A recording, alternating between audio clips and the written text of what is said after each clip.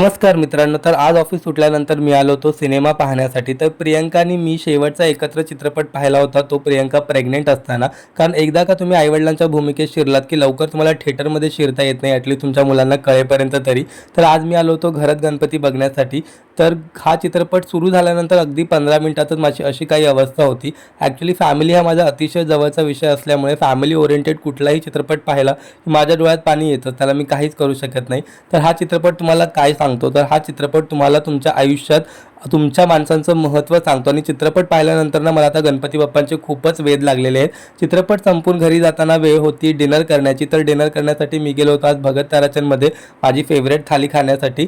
तर चित्रपट पाहिल्यानंतर मित्रांनो मी तुम्हाला आज एक गोष्ट आवर्जून सांगेन की तुम्ही तुमच्या आयुष्यात सगळ्यात पहिलं प्राधान्य हे नेहमी तुमच्या कुटुंबाला दिलं पाहिजे, कारण कुटुंबाची जागा कोणीच घेऊ शकत नाही बॉस. बाय द वे, याबद्दल तुमचं काय मत आहे मला कमेंट करून नक्की सांगा. आता भेटू उद्या. Bye bye.